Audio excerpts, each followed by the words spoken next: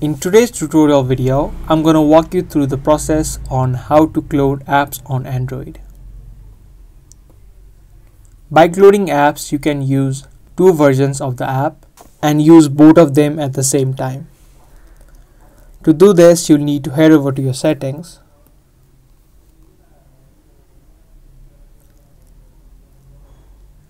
and in the settings, search for dual apps.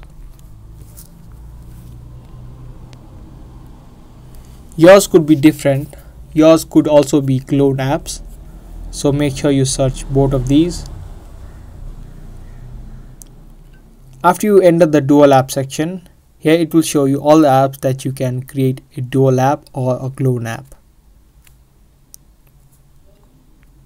So for example, if I turn on Telegram dual app and if I go back to this home screen, you can see that the Telegram dual app has now been created. The one on the right is official Telegram app and the one on the left is the dual app or the clone app, which is separated by this yellow icon.